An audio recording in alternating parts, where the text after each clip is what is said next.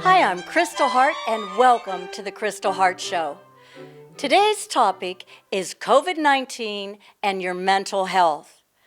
I don't know about you, but I am definitely stressed. Stress, sometimes having problems sleeping, everything's different. Nothing seems to be going smoothly or the same.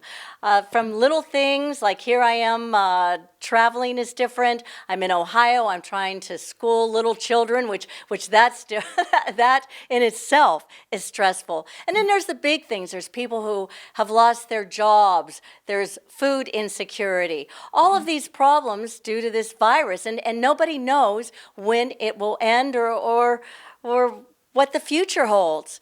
That creates stress in itself. So with us today, we have Michael Prokop. Now, Michael, our guest, is a national speaker. He's a consulting psychologist, a licensed professional counselor. He's with the American Psychotherapy Association Board Certified Professional Counselor. He also does sports psychology.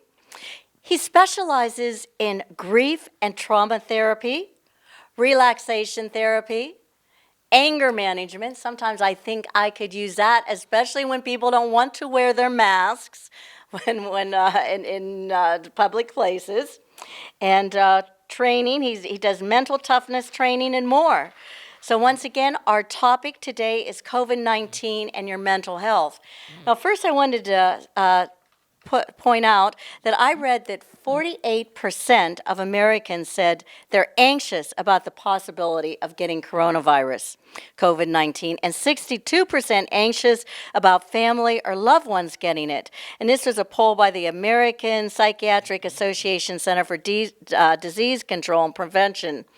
So my first question is what is stress, and what's the difference between stress and trauma? Very good question. Stress is when the demands of a situation exceed your perceived ability to cope. For example, and it's part of everyday life. It's, say, the subway's running late, you miss a train, you're late for work, you're stuck in traffic, your kids are fighting more, you maybe have a pile of bills you have to pay. These are all part of normal life. It's when the demands of the situation that you're in exceed your perceived ability to cope.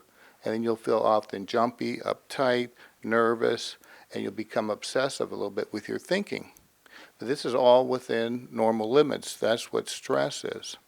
Trauma is extreme stress, where you feel helpless, immobilized, almost frozen, and fearful for your own life. And that's the difference between stress and trauma. So trauma is an overwhelming event, but more than that, it's your response to that. It's really a subjective human experience. What may be traumatic for Kristal or you may not be traumatic for me. So it is a subjective human experience where you're frozen, immobilized, and feel like there's nothing you can do to change the situation. And that's when you have to step back and pause, and we'll be talking about that today. But this is a national trauma event, and what's happening is it's hard to see the end in sight. But never forget, with impermanence, all things can change. All things will change. And eventually we will get through this. But what happens is we get locked in to feeling immobilized, helpless, and overwhelmed, and we almost go within ourselves. So during the course of this little talk we're going to have today, we're going to talk about opening up to others, still reaching out. It's so important to reach out and communicate with people, as well as relax your body and stay within the present moment. And that's so very, very important. Because all we really have, if you think about it, is the present moment. When you mention anxiety, that's projection into the future of what can go wrong. But if we step back and pause and simply notice where we are right now, it can be very, very powerful to stay in the present moment. Because anxiety is when we project into the future with many worries, and then our mind begins to race. So today we're going to talk a little bit about how to slow your system down, how to calm down. So very, very important. And I think that's one of the key components is to learn how to step back and pause and notice what's happening here and now in this very moment. Because that's all we really have, Kristal, is the here and now, this present moment.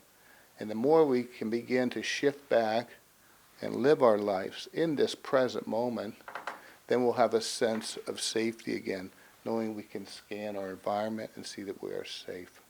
But the problem lies when we start projecting ahead. And we project ahead with worries and fears about our family, their health. My brother and his wife have COVID. They're doing fairly well right now. My daughter had COVID. This is a national problem. But we have to always focus on what we can actually do. What do we have control over? And we'll shift into that so we can see what we have control over, and we'll stay with that. And then as we go on today, we're going to talk about how you can actually slow down and return to the present moment. So things like losing your job, losing your business could actually fall under trauma. Absolutely. And your mortgage payments, I can't pay my rent. That's another big one. Mortgage payments. Yeah, absolutely. And again, it's a subjective human experience, and never forget that. But you can cope no matter what happens with impermanence. There is a future out there, and there is hope. Okay?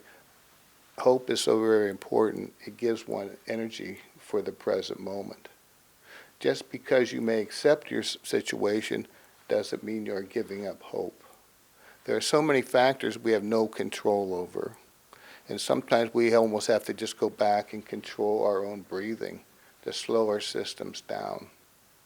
Because what happens is our minds tend to race. And when our minds race, we have anxious feelings, and then our body tightens up. And if you think about it, tight body, racing mind, anxious feelings, and it goes into a cycle. And we cycle. And the tighter your body gets, the more your mind races, the more obsessive negative thoughts you have, and the more anxious you feel. So what we're going to do today is begin to at least see and find out ways what we can do to actually break this cycle by stopping and simply pausing. Viktor Frankl said in this book, Man's Search for Meaning, between stimulus and response is a space. And within that space lies our ability to choose our response with dignity. So how do you create space? We're going to create space today by simply learning how to stop and pause and breathe and notice things. So we can step back, relax our bodies, and begin to calm our mind. And then we'll have less anxious feelings. And as we calm our system down, we'll be able to establish a sense of flow again. Now this takes practice and work, but with impermanence, all things are possible, and that's so very, very important. We get stuck into a feedback loop of negative thoughts. This is going to last. This is going forever. This is never going to change. Then we feel more anxious, uptight, negative thinking, anxious thoughts, and then our bodies tighten up. So today, as our bodies tighten up, the more your mind races. So we're going to step back and pause and simply notice what's happening in our own bodies. If you think about it, I may be getting ahead a little bit, but this is some cool stuff. The more anxious you feel, the tighter your body is. So if you're feeling anxious with racing thoughts, notice your body. You may feel a tightness in your gut or tightness in your chest. So with every emotion that you have a body sensation that goes with it. Now when you feel anxious and uptight, and we all do, and that's part of everyday life, where in your body do you notice the feeling of, when you feel anxious, where do you notice it in your body, Kristal? I think I just, my chest, this area. Okay, it tightens up? Tightens up, yes. Yeah. Tightness restricts aliveness. The tighter your body, the more anxious you're going to feel, and the more your mind's going to race. So what we like to do with our clients, we start with the body and relax the body first. How do we do that? Okay, how did we do that? We're going to be talking about breath work, slowing the system down. We're also going to be just talking about the tightness that you may experience in your chest when you're anxious. And what we're going to do is simply notice it and just stay with it. With impermanence, nothing lasts forever, and you're going to have a natural flow. So we want to open up a person to flow again, because remember, tightness restricts aliveness. But if you simply step back and notice in your own body, your body sensations when you're anxious, you may feel that. And if you just stay with it and notice it, you'll have a natural pendulation again, and it'll open up. Tight body, racing mind, anxious feelings. So that's very important. We're going to slow the system down. It's interesting, when I spoke in New York, and I had I trained psychologists, social workers, marriage and family counselors, and therapists. And when I did, I've spoken in Manhattan as well as, and I spoke in Princeton before Corona hit. Corona hit me hard. I had 14 cities shut down where I couldn't do my presentations and work with therapists. But if you look back, we learned so much from 9/11 in New York. New York was not a traumatized city. New York was a city that had a significant trauma that rallied together. They had counseling centers throughout the city. People helped each other. They worked together.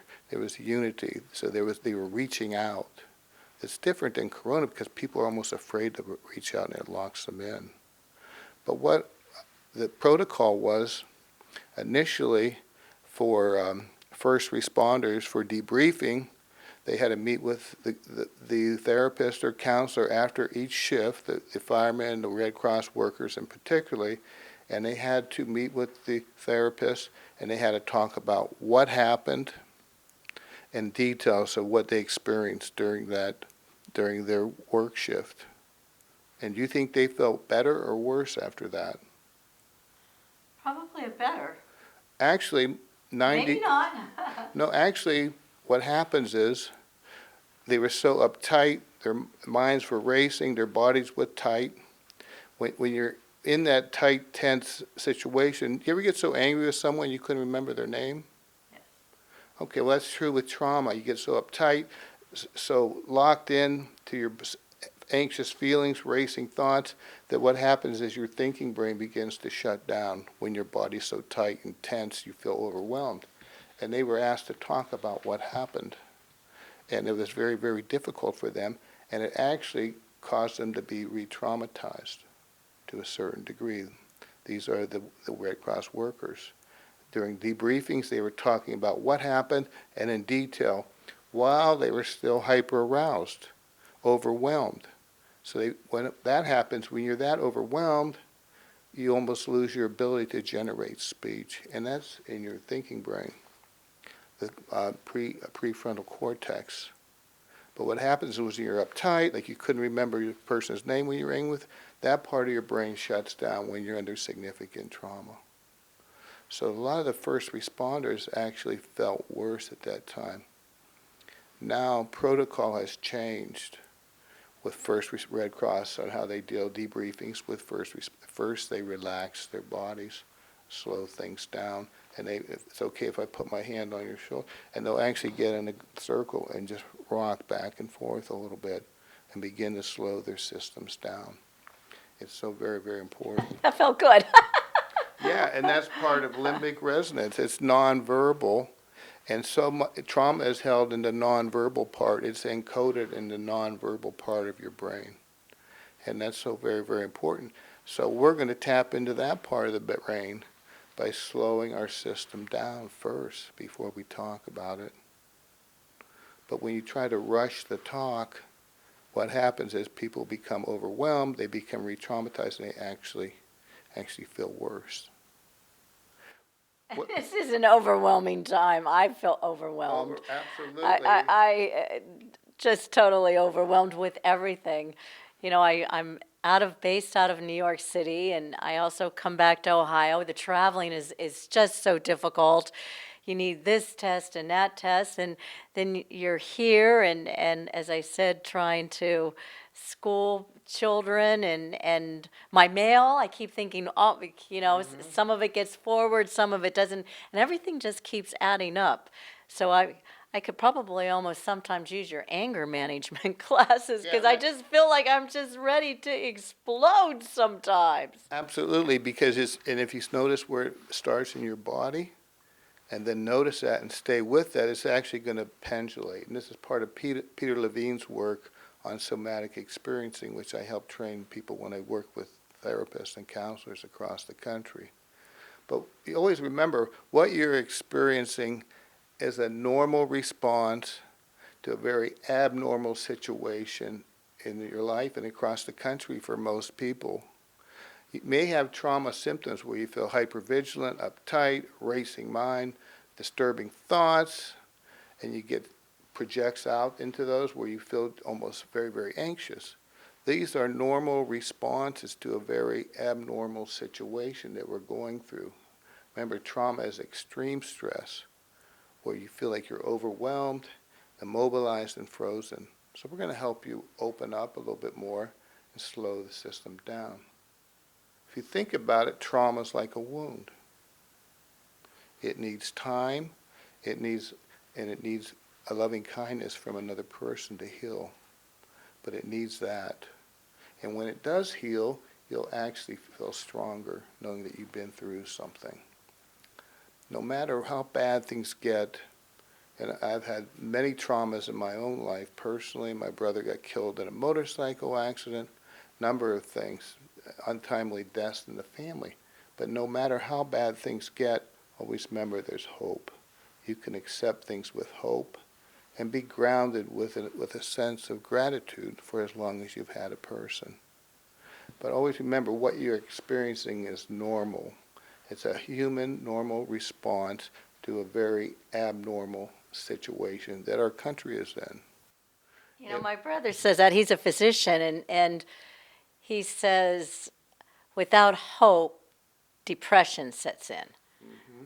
And he says that a lot because I say, well, are you giving him a certain hope, or is he says, well, without hope, all that's left is depression. So Absolutely, and when you look at hope as such a powerful, that means hope is expectations for better things to come. With impermanence, knowing that things will not last forever, there is hope. With impermanence is a good thing, knowing that things can and will change. When things are going really, really good, we hold on to that, hoping it will last forever. And we don't want impermanence then, but when things are not going so good, like right now, we want to have a lot of impermanence. But impermanence gives us hope. And with hope, when I spoke in Manhattan, this thought just came to my mind when I was speaking there. I said, hope gives energy to the present moment. And with hope, you can begin to move forward. And we are all agents of hope, and we're here for each other and continue to reach out to people. I think our country, under the circumstances, we're managing the best we can under the circumstances. And once you still have that underlying hope, so many great things can happen. And that's really the key, is live in the present moment, here and now, in a relaxed body, and your mind will follow. So if you tap into the wisdom of your body and begin to slow your system down. Now, if you're very, very depressed, we're going to have you do some movement type things to get energized again. But a lot of times people are hypervigilant, they're uptight, they're fearful for their own safety, and they become very tense. well, you said tapping in, and I've heard the expression tapping. Now, what is this?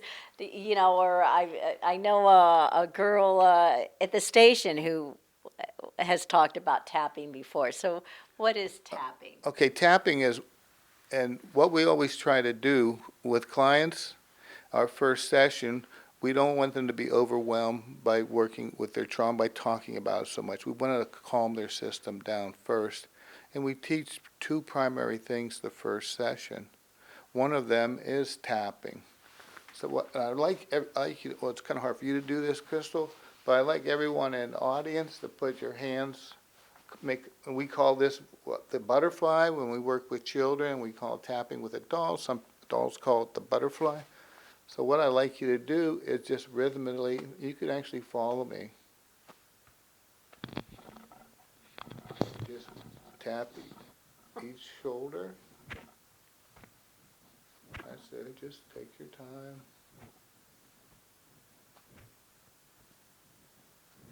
Just notice the sensations on your shoulders.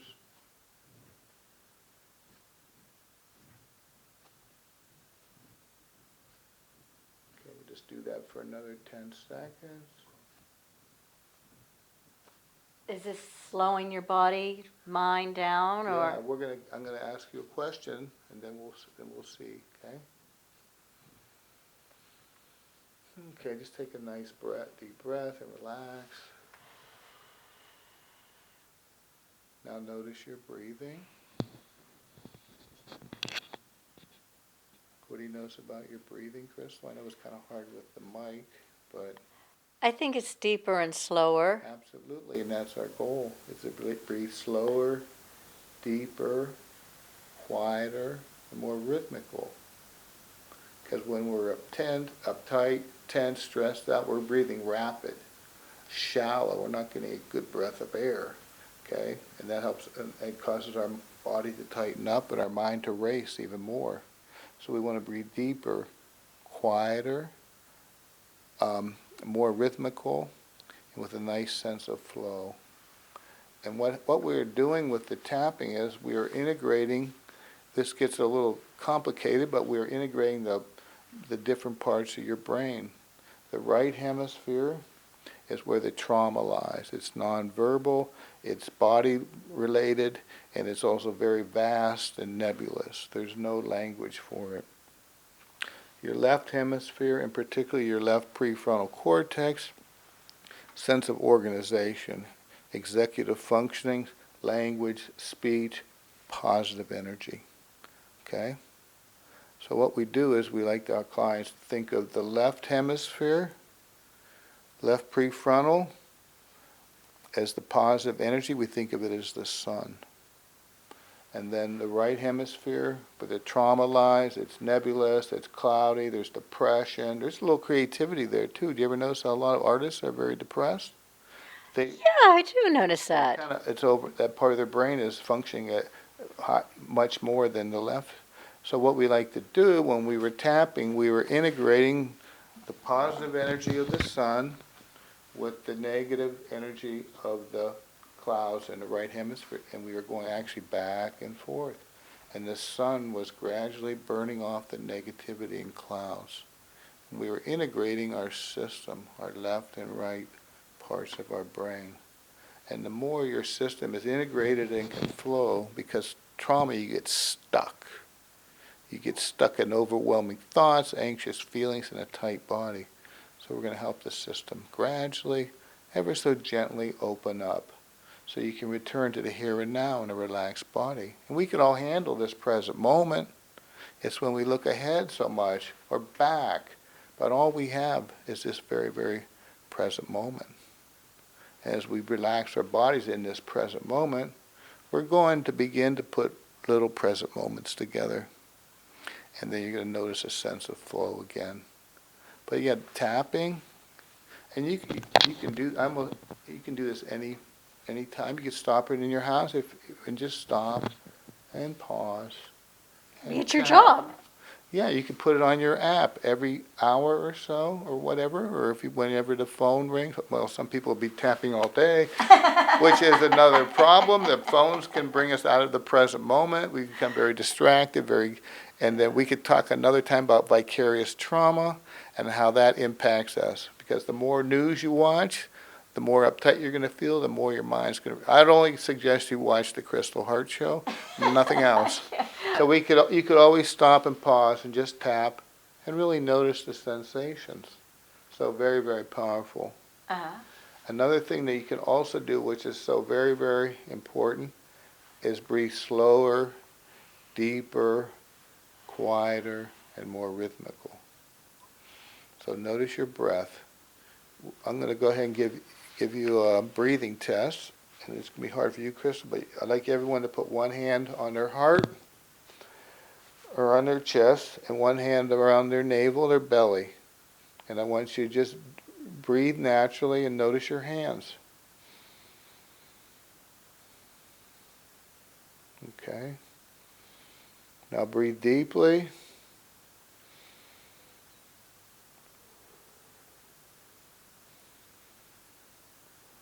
Okay. And just notice your hands. Now the question is, and I just caught myself, I was actually chest breathing. The best way to breathe is through belly breathing. So what hand, you have to ask yourself this, what hand came out first and the most? And we'll try it again.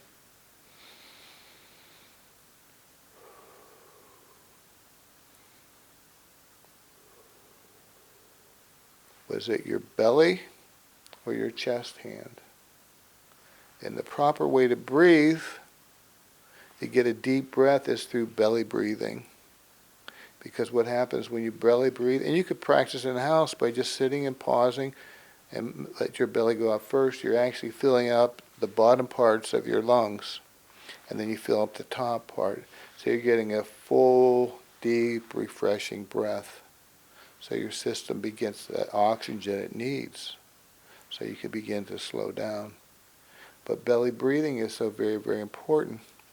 And once you learn how to belly breathe and practice, mindfully notice that, you'll begin to see your system begin to relax. Yeah, there has to be something to breathing because every discipline, whether yoga, meditation, singing, dancing, all focus on your center and breathing. It's Absolutely, that's where the mind-body connection lies. You could impact your autonomic nervous system, or your automatic system, as it's sometimes called, which is your heart rate, your blood pressure, your lungs, pressure on your lungs, all through proper breath work. You can actually slow your system way down. And that's so very, very important. Even though all these crazy things are happening, we can still stop and pause and breathe. Have a little fun. Because we're all in this together. We're all The in this whole together. world is in on this. Everybody. Nobody has escaped it. So hopefully Absolutely. soon. Yeah, and better days are ahead. I really believe it. And with that, we have energy to Keep go that forward. thought, a positive Better thought days of are ahead. hope, a positive thought of hope. So thank you. Thank you for watching, and I hope you enjoyed the show. Thank you. Thank you, Michael. Thank you, Kristal.